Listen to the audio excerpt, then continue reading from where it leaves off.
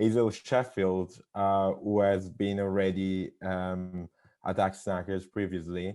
And with her, there is Ben Heubl. They are both going to talk about cross-border collaborative investigation that they realized about the effects that renewable energy policies are having on forests in Eastern Europe. Before I pass over to them, I just wanted to remind everyone that the chat tonight is going to be on our YouTube channel.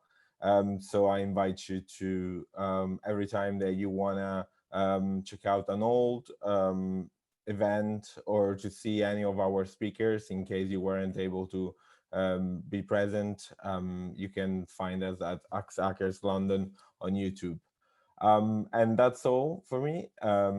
Hugo, to you, I pass it to you, Hazel and Ben. Thanks. Thank you, Matteo, and hello, everyone. Thank you, Eli and Natalie. That was a great presentation. Yeah, as Matteo said, this is my second time presenting. Last time I was presenting about how to win grants for journalism projects. And I think my main piece of advice that night was Google the shit out of it. So I'm going to try and be more salient this evening. But I wanted to first of all show you a small video about the project that Ben and I were involved in,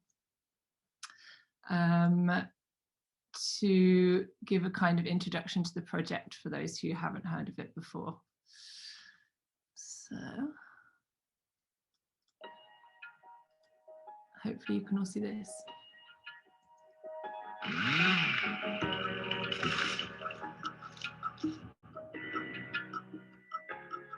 European countries are in a race to meet their renewable energy targets, and to do that they found the perfect solution: woody biomass or burning wood for energy. A huge industry has sprung up across borders in Europe to meet the demand for wood pellets, and we're only just now beginning to see the effects of this on pellet producing countries like Estonia. Why the topic is important in Estonia is that lately we have had some worrying signals that a lot of forest is going to other countries to be burned, and we decided to look into this topic. And the special thing about this investigation is that we're looking at this topic from a cross-border European angle.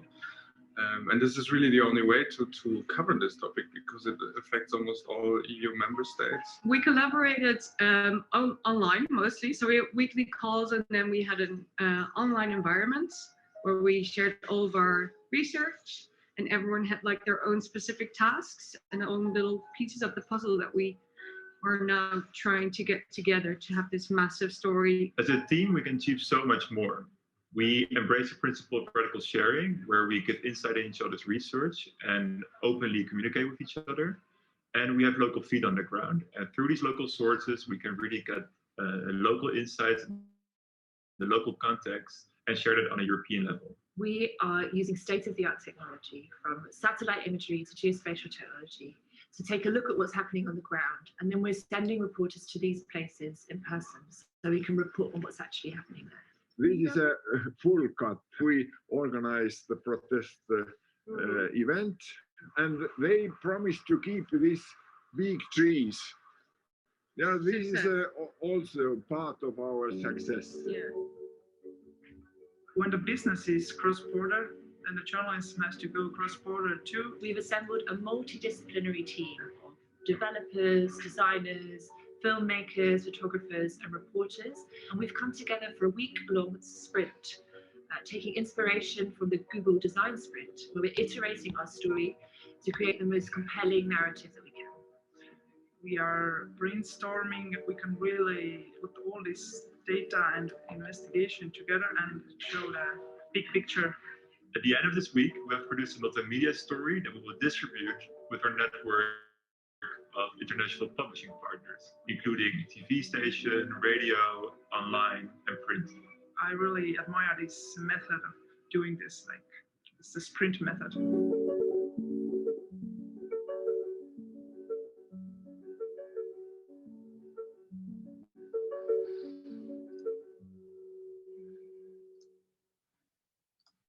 Cool. So that was the project. That was, oh, hang on, how do I share this presentation? There we go. That was the trip that we did in November to Estonia towards the end of the project. But I guess the project really started in earnest in the summer of 2020 last year, when we won 50,000 euros from Investigative Journalism for Europe, or IJ for EU, for the 3 months that we did the investigation together, which was September to December. And we worked with 16 reporters across 11 newsrooms in 11 countries. We published in all of the places that you can see on your screen right now. And we also published a 10,000 word interactive feature, which is what we put together in Estonia. Oh, that's the link there. But I can get these sent around somehow as well. If I'm not sure you'll be able to click on that. So we published a 10,000 word interactive alongside a suite of articles across these other European publishers, including The Guardian in the UK, and Greta Thunberg tweeted out to our Guardian story as an essential read. So thank you, Greta. So how did we do it? I've tried to anticipate some of the questions that you might have about the project. Just chosen 6 here. And then I've got Ben with me to talk about the kind of open source side of the project. And then hopefully you'll have some more questions for us at the end. So how do you find a team? There are already a great number of networks now for collaborative cross-border projects in Europe, and I've put some of them on your screen. It wasn't something that I had a background in at all. I was lucky in that I got an email from a lady called Mona in September 2019, inviting me to the inaugural European Cross-Border, European Collaborative Journalism Programme, which is the last link that you see on your screen here. And that was 20 people in a tiny town in North Germany in February 2020, just before the pandemic hit. And we were basically trained in how to do cross-border work. We had these amazing speakers from some of the networks that are further up on that list. And we got time, most importantly, to spend together talking about stories that we were interested in and coming up with ideas for projects. So I would really encourage everybody to look at that programme if you're interested in this work. You don't have to have any kind of background to apply. So I came away from that programme with a team of 7 reporters from 7 different countries, and we had decided at that conference or workshop that we were going to focus on biomass, because Piret, the Estonian woman that you saw in that video, had said to us she found out that all of the wood that was, or most of the wood that was felled or produced in Estonia was being exported to Western European countries, especially, to be burned for fuel. And we thought, wow, that sounds nuts. And that's where we got our story idea from. What we've discovered since the end of that project is it's actually harder to reverse engineer a story. I guess it's that thing about how, you know, which comes first.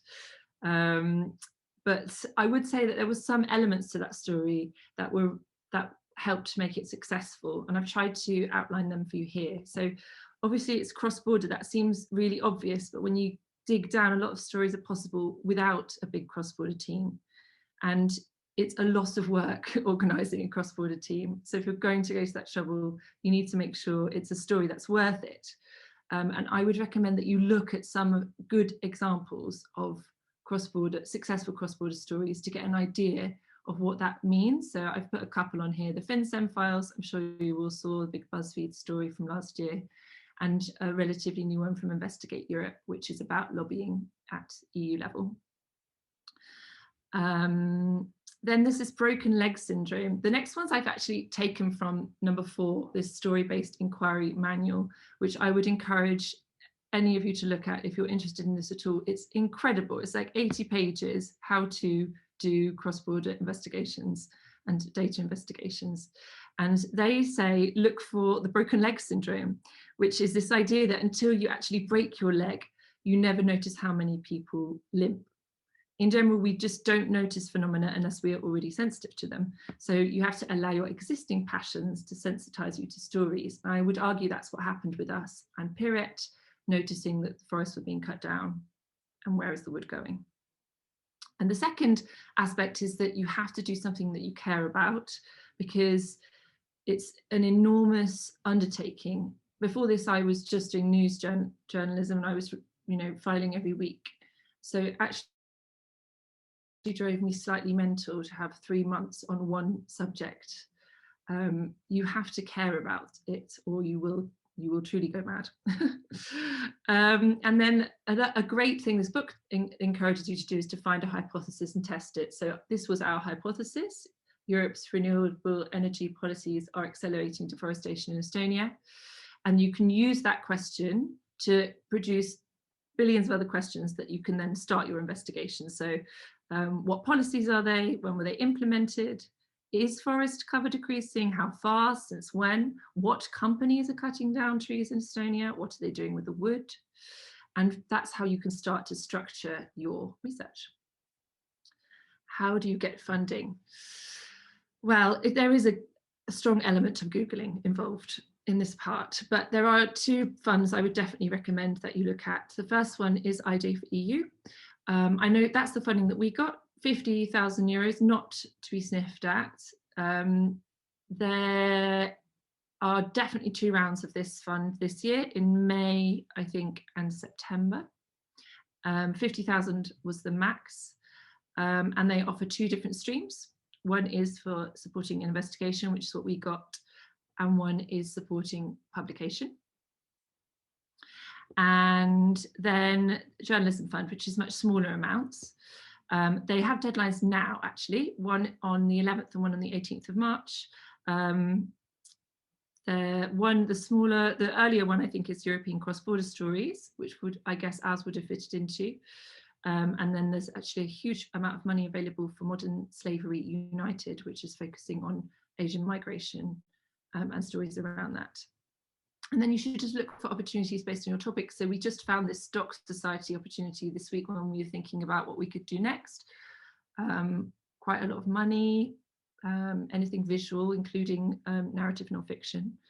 So yeah, I guess just start to build up a little list of places that you might get funding. How do you organize it? I'm going to run out of time already, I think, but how do you organize it? We used a suite of open source encrypted tools, which are these ones that you can see here. I just wanted to show you our DocuWiki because I'll probably never get a chance to show another group of people this ever, and it was a lot of work.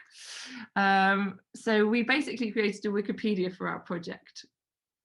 We used Nextcloud, like Google Docs, and then we created a Wikipedia, which we all used to organize our reporting. So when we read something interesting for other people, we would use this format, put the link in, and then just summarize the key points, which meant that not everybody participating in the investigation had to read all of the stories. Just one person could read the stories, and then they could find them by searching through this Wikipedia, if you like.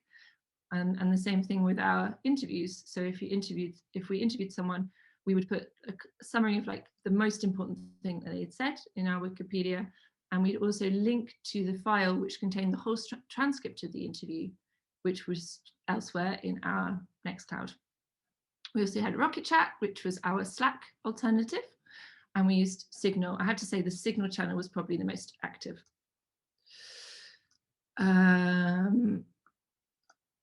How do we put it all together? So we used, we adapted, as we said in the video, this Google Design Sprint methodology. What does that mean? Basically, we all landed in Estonia in a week, or 4 of us actually managed to make it with the restrictions in the end, and 3 attended remotely.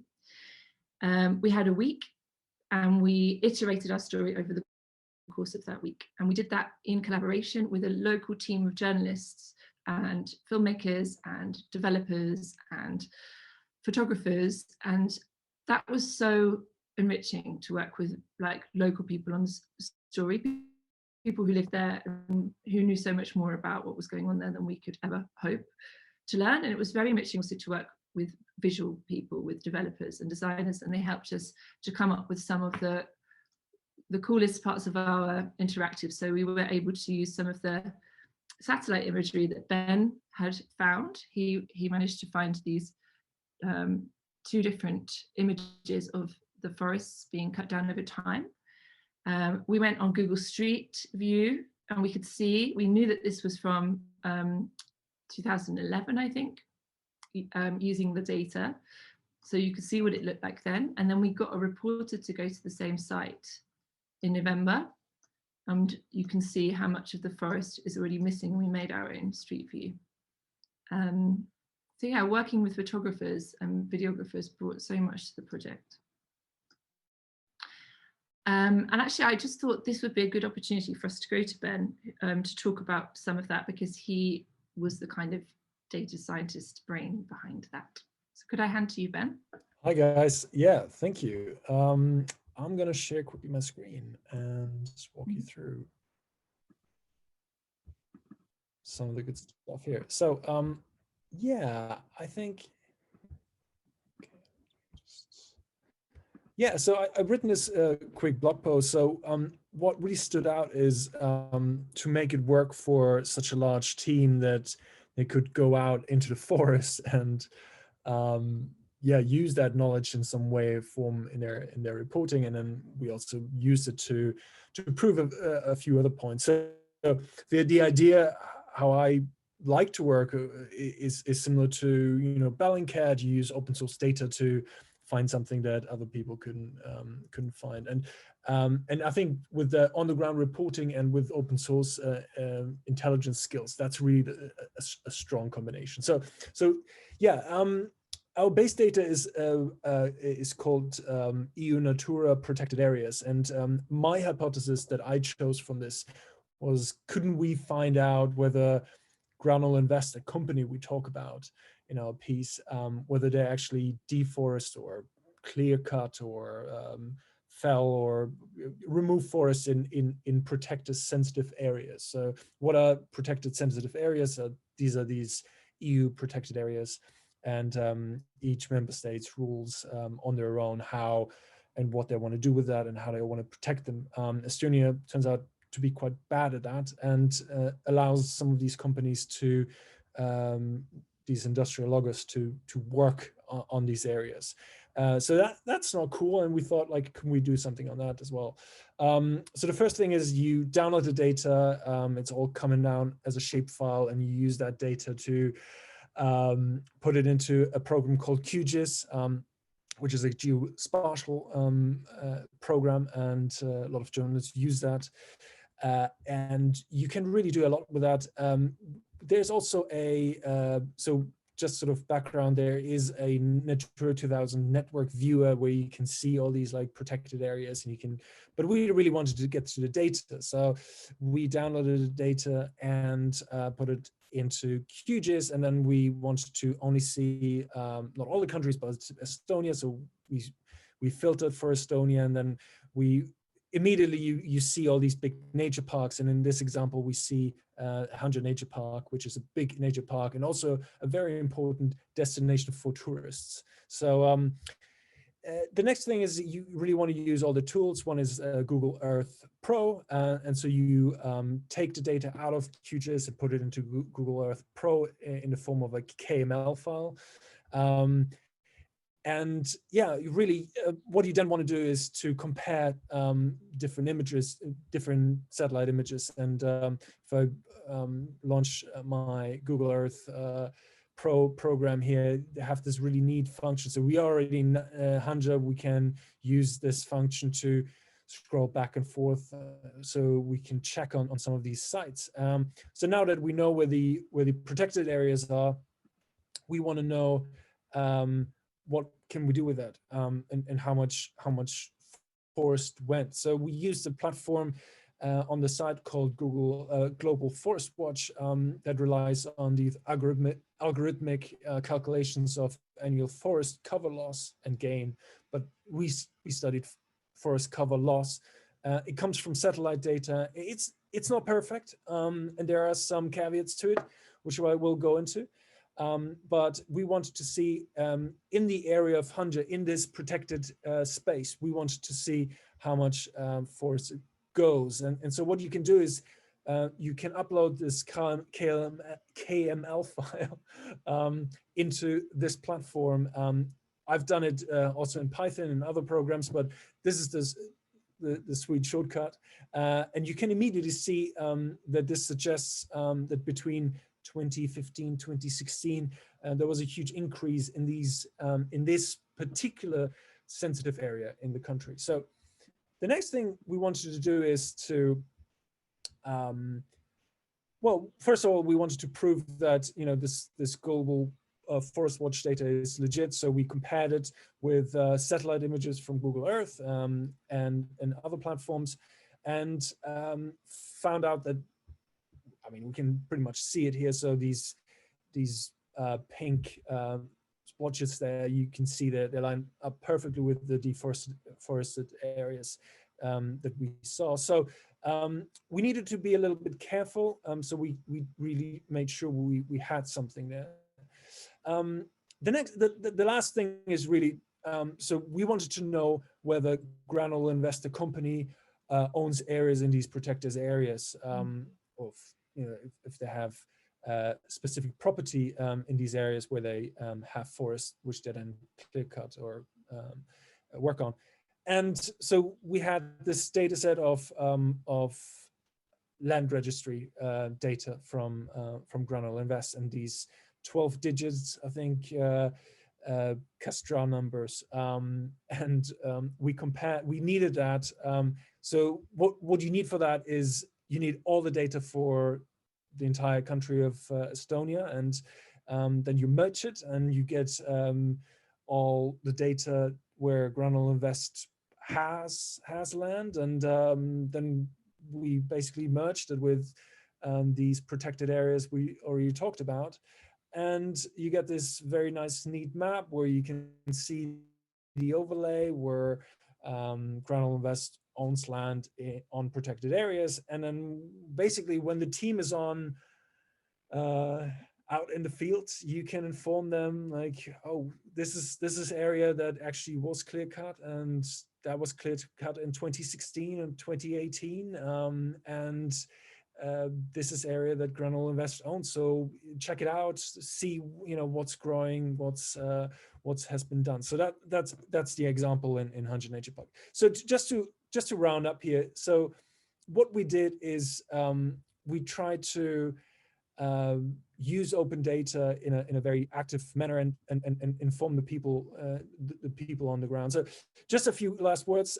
You can, if you are out for this, and I got a few emails from people saying, oh, this is great, we want to investigate in our own countries what's happening with the biomass and clear cutting, and so there are examples. Romania is pretty bad, Hungary is really bad, the Amazon rainforest is obviously cut quite badly, but in Europe you have good examples, and you can do more work. If you do such work, you have to be absolutely clear that whenever you make a claim, they will go after you. So the company we invested here in the UK, Drax and Granular Invest, sent emails immediately.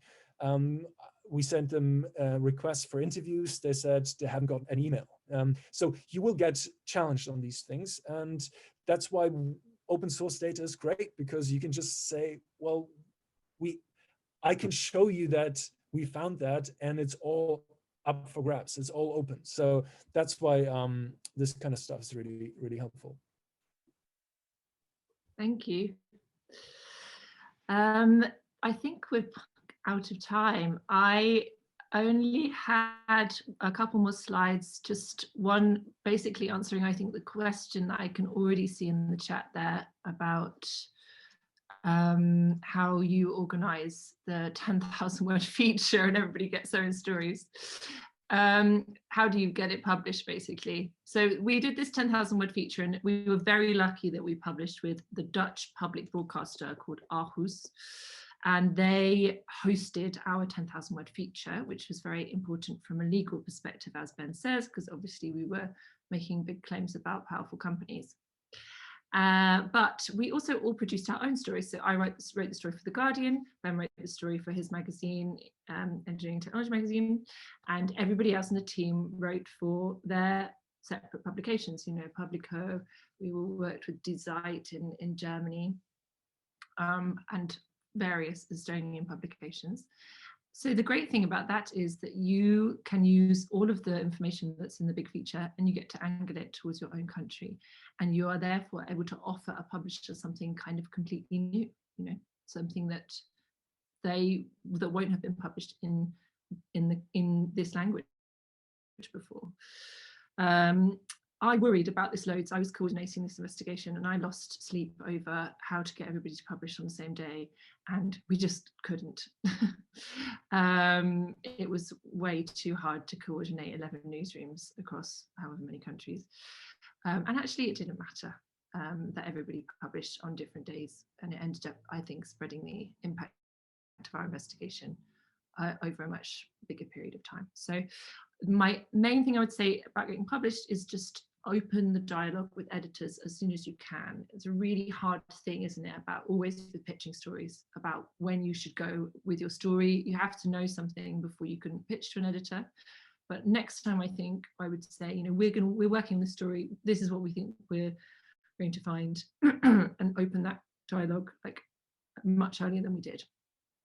So yeah, that's my main tip. And I put our, I hope you don't mind, Ben, I put our Twitter handles up there, some more stories and another link to that story-based inquiry manual that I was raving about. And that's it. Cool. Thank you very much, Hazel and Ben. Really, really important and interesting investigation, and it's great to get a peek behind the curtains in terms of how you guys did it. We're pretty much at time, but we do have a little bit of time left for questions. There are a few in the chat. The second one you've answered, but I'll go to the first one, which is from Craig, which was about sort of what platforms you use to collaborate on. You already had a slide talking about that, but maybe you could talk a little bit about whether there were any special sort of security considerations that you needed to take into account in terms of choosing what platform, because it is an investigation. Sure. Yeah, we did choose to use open source and encrypted platforms. Obviously, it would have been much easier to use Google Docs and Slack and all of those mainstream platforms, but we use the Nextcloud, and to be honest, it was a pain in the arse a lot of the time because they're just not as good as the mainstream ones, especially when you're dealing with large volumes of documents. But yeah, I think it's important to think about those things, and I would probably use the same platforms again. We actually worked with Arena, who was one of the organizations I gave a shout out to, and they helped us to set up all of that platform for very little money. So I would recommend talking to them because they have the kind of toolkit, you know, if you wanted to set up a platform like that. Cool. And the other question we had from the chat was, did the local publishing outlets contribute financially to the reporting project, or did the 50K grant cover all of the work? So some of us worked for these platforms, and in which case they got paid like their salary to do the work. A lot of us were freelance and we got paid from the grant for the legwork. We basically got paid a salary from the grant. And then the publishers paid for the stories in pretty much the normal way. So I got paid the normal Guardian freelance rate for my work. And I'm pretty sure my colleague got paid normal freelance rate for Die Zeit and in Publico as well in Spain. And then you obviously have to be very transparent at the end of the piece, you know, that the money is for the investigation has come from IJ4EU in our case, or wherever it has come from. Cool. Thank you both very much. And thank you everybody else for coming to our first Hacks Hackers of 2021. Before we close and let you all go, we would love to work with everybody in terms of our programming for the rest of the year. So if you have ideas for speakers you want to hear about, things that Hacks Hackers should be doing, please feel free to get in touch. Our email is info@hackshackers.com. ldn.co.uk. And with that, all that's left is to say thanks for coming and see you next month.